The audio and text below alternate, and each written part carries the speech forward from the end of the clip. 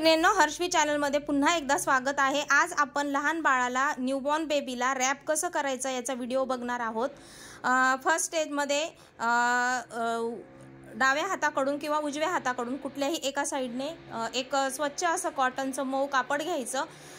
हे बघा, ह्याप्रमाणे असं त्याला एका साइडने एका पाठीखाली टक करून घ्यायचं।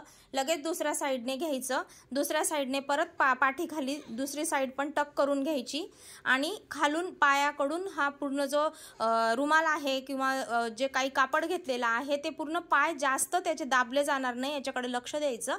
आणि हे असं सरळ पाय करून त्याच्या खालून परत एक साइड दुमटून घ्यायची आणि जी खाली एक साइड सोडलेली आहे त्याच्याने वरून अशी ही गाठ बांधून द्यायची। याच्याही पेक्षा मोठं असं तुम्ही कापड घेऊ शकता। जर हिवाळ्याचे किंवा पावसाळ्याचे दिवस असेल तर जास्त अजून 2 स्टेपमध्ये पण बाळाला रॅप करू शकता किंवा मी आत्ता दाखवलं त्याप्रमाणे पण रॅप करून घेऊ शकता। डोक्यावरून जर पूर्ण रॅप करायचं असेल तर हाच रुमाल असा वरून घ्यायचा आणि मानेच्या इथे 2 ठिकाणी टक करायचा आणि पाठीखाली दोन्ही साइडला टक करून खालून दोन्हीकडून कापड घेऊन त्याला रॅप करून घ्यायचं आणि व्यवस्थित असं त्याचे हात पाय काहीच मोकळे राहणार नाही ह्याची पूर्ण काळजी घ्यायची।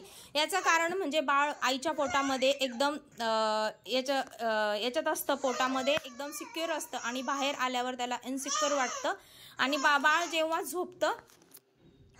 झोपतं त्यावेळेला त्याला दचकून उठतं आणि दचकून उठल्यामुळे त्याची झोप ही अपूर्ण राहते आणि झोप अपूर्ण राहिल्यावर खूप रडतं। दचकून उठलं तर अर्धी झोप झाल्यामुळे ते दचकतं आणि ते जर असे रॅप केलेलं जर राहिलं आपलं बाळ तर रॅप केलेल्यामुळे काय होतं, बाळाचं वजन वाढायला सुद्धा मदत होते। तुम्ही म्हणणार हे याचा रॅप करण्याचा आणि वजन वाढण्याचा काय संबंध आहे? कारण बाळ स्वतःला खूप सिक्युअर फील करतं जेव्हा आपण बाळाला रॅप करतो तेव्हा, आणि जेव्हा बाळ मोकळं असतं तेव्हा त्याला वाटतं मी कुठेतरी पडतोय, ते जोराने दचकतं आणि त्यामुळे त्याची झोप अपूर्ण राहते। झोप अपूर्ण राहिली म्हणजेच बाळाला झोप पूर्ण नाही झाली म्हणजे दूध पिणार नाही, दूध पिलं नाही म्हणजेच त्याचं पोषण अपूर्ण राहील आणि त्यामुळे बाळाचं वजन जे काही वाढत आहे त्याला कुठेतरी अडथळा येईल आणि बाळ शांत झोपणार नाही आणि बाळाचं संगोपन हे योग्य पद्धतीने होणार नाही। तर बाळाचा रॅप करण्याचा सुद्धा त्याच्या संगोपनामध्ये महत्त्वाचा भाग आहे आणि आपण तो केलाच पाहिजे। मी तुम्हाला एक पद्धत दाखवली रॅप करण्याची, याचे असे 3 पद्धतीने सुद्धा आपण रॅप करू शकतो।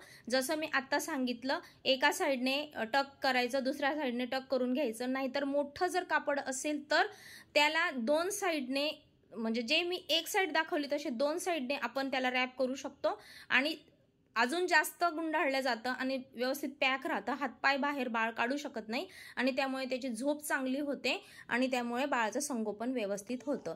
आय होप आपल्याला हा व्हिडिओ आवडला असेल। असेच नवनवीन व्हिडिओ घेऊन तुमच्या भेटीला येत राहील। तोपर्यंत बाय।